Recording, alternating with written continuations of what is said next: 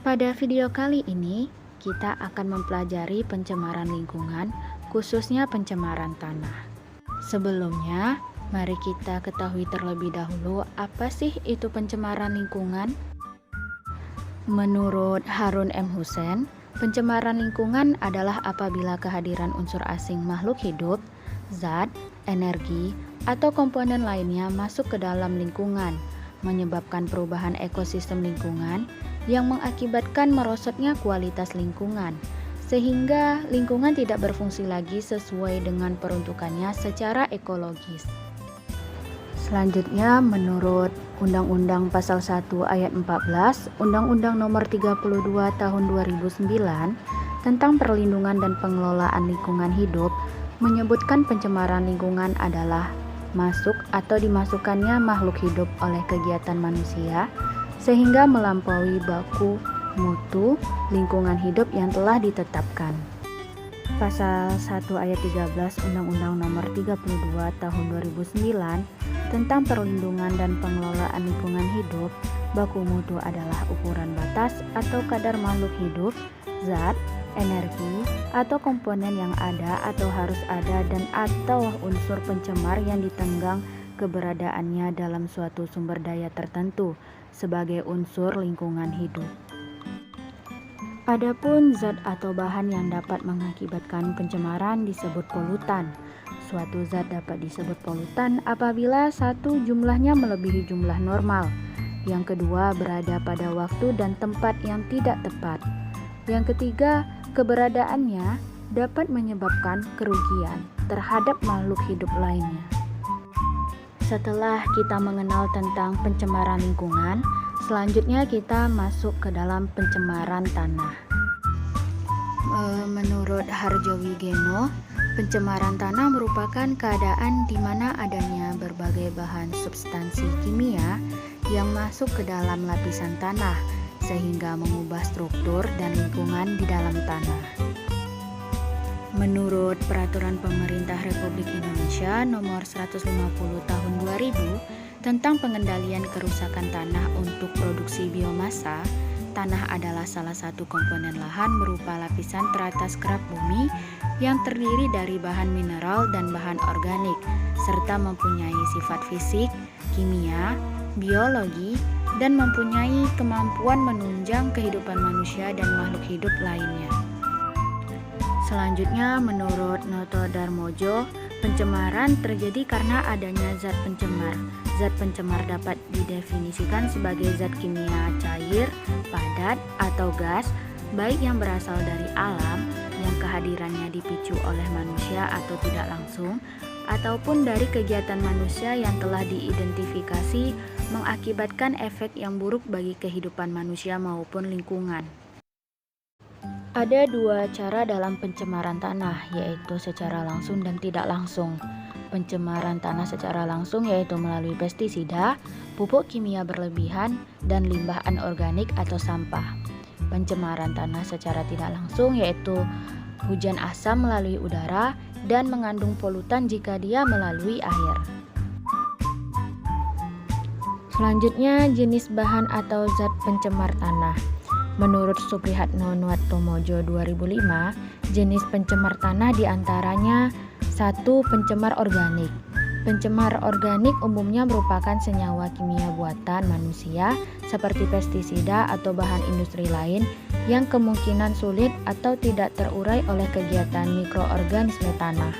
Pencemaran yang menjadi masalah bagi lingkungan manusia ialah yang berasal dari industri dan pertanian. Karena kontaminan organik selain bersifat toksin, juga bersifat persisten atau sulit diurai. Yang kedua yaitu pencemar anorganik. Pencemar anorganik terutama berasal dari logam berat yang terkandung di dalam tanah dalam waktu yang lama, meskipun status kimianya kemungkinan berubah seiring waktu. Contohnya garam-garaman, senyawa nitrat dan fosfat, logam berat, merkuri, timbal, dan arsenik. Yang ketiga, pencemar radioaktif.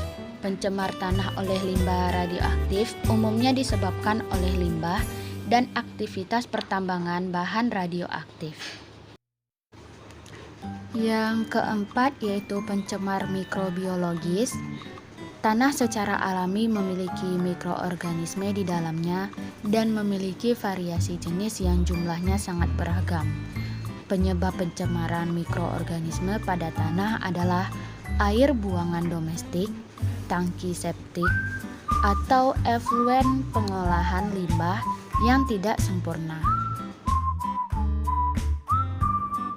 Selanjutnya, penyebab pencemaran tanah.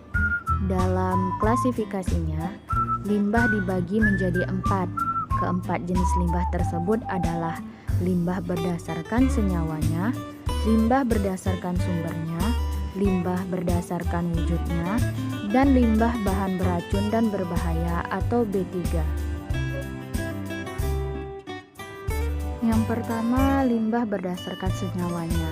Ada limbah organik dan limbah anorganik. Limbah organik sendiri adalah limbah yang mengandung hidrokarbon dan cenderung mudah terurai, serta berasal dari makhluk hidup. Contoh limbah organik adalah sisa-sisa makanan, misalnya sayuran yang sudah busuk. Yang kedua, limbah anorganik. Tidak mengandung hidrokarbon dan sulit terurai karena bukan berasal dari makhluk hidup.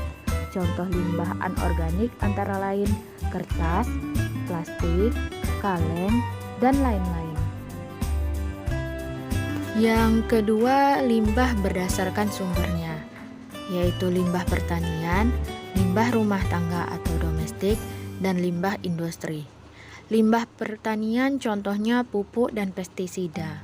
Limbah rumah tangga atau domestik contohnya air sabun, deterjen, dan sisa makanan. Limbah industri contohnya logam berat PB pada industri tekstil. Yang ketiga, berdasarkan wujudnya ada limbah cair, limbah padat, limbah gas, dan limbah suara. Limbah cair misalnya air sabun atau air deterjen yang kamu gunakan untuk mencuci baju. Yang limbah padat antara lain plastik, kaleng, dan kaca. Limbah gas antara lain CFC yang merupakan bahan buangan dari gas aerosol. Dan limbah suara berasal dari suara mesin yang terlalu kencang atau suara pesawat terbang. Yang keempat, berdasarkan bahan beracun dan berbahaya atau B3. Limbah B3 mengandung bahan beracun dan berbahaya yang secara langsung atau tidak langsung merusak lingkungan hidup dan kesehatan manusia. Contohnya antara lain aki bekas dan asam sulfat. Dampak pencemaran tanah. 1. Pada kesehatan. Seberapa besar dampak terjadi pada manusia tergantung pada jenis polutan dan banyaknya polutan yang terpapar oleh tubuh. Beberapa jenis resiko polutan dan penyakitnya yaitu: yang pertama, kronium, yang merupakan zat kimia yang digunakan dalam berbagai pestisida dan juga herbisida. Ini mampu membuat munculnya dampak karsinogenik pada semua populasi, bukan hanya untuk spesies manusia saja, namun juga makhluk hidup lainnya. Yang kedua, zat timbal. Ini sangat berbahaya jika terlalu banyak terpapar ke dalam tubuh, karena dapat mengakibatkan peningkatan resiko terkena penyakit ginjal dan kerusakan otak. Yang ketiga yaitu benze. Jika tubuh terus-menerus mengalami paparan benze dalam jumlah banyak dan intensitas yang sering, maka bisa meningkatkan terkena penyakit leukemia atau kanker darah. Tentu saja penyakit ini sangat berbahaya, bahkan mematikan. Yang keempat, merkuri. Tubuh yang terlalu sering mendapatkan paparan dari zat ini akan sangat mudah mengalami gangguan pada organ ginjalnya. Bahkan, ada beberapa penyakit juga yang tidak bisa diobati karena zat ini. Yang kelima, psikoldenia. Zat ini memicu timbulnya infeksi dan gangguan pada fungsi organ hati. Yang keenam yaitu karmabat, yang mampu membuat gangguan pada saraf otot, sehingga tubuh akan mengalami kesulitan dalam bergerak. Yang ketujuh, klorin. Zat cair yang mengandung klorin ini sangat berbahaya bagi tubuh karena mengganggu fungsi kinerja dari organ hati dan ginjal, serta menyebabkan gangguan pada saraf pusat di dalam otak. Selanjutnya, dampak pencemaran tanah pada ekosistem. Perubahan kandungan kimia di dalam tanah ini akan mengakibatkan perubahan metabolisme pada organisme yang hidup di dalam tanah. Terputusnya rantai makanan dan kesuburan tanah pun akan menghilang, dan ini akan menjadi berbahaya bagi kehidupan makhluk hidup di bumi ini. Selanjutnya, dampak pencemaran tanah pada pertanian, yaitu terjadinya perubahan metabolisme tanaman sehingga panen menurun. Tumbuhan tidak dapat tumbuh dengan optimal, sehingga tanah juga akan menjadi rawan mengalami erosi tanah. Jika tercemar secara permanen, maka tidak bisa digunakan lagi sebagai lahan pertanian. Berikut contoh pencemaran lingkungan, khususnya pencemaran tanah.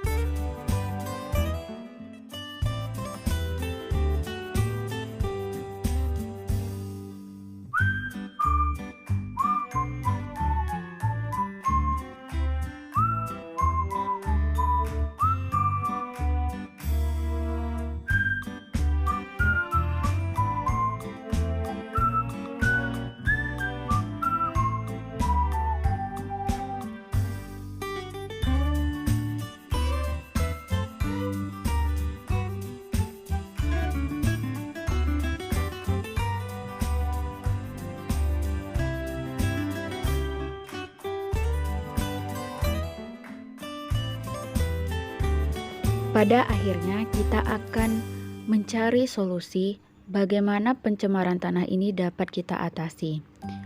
Pertama, kita memiliki namanya langkah pencegahan, di mana pada umumnya pencegahan ini prinsipnya adalah berusaha untuk tidak menyebabkan terjadinya pencemaran. Misalnya, mencegah atau mengurangi penggunaan atau terjadinya bahan pencemar, antara lain 1. Mengurangi sampah organik dengan memanfaatkannya sebagai kompos atau pupuk.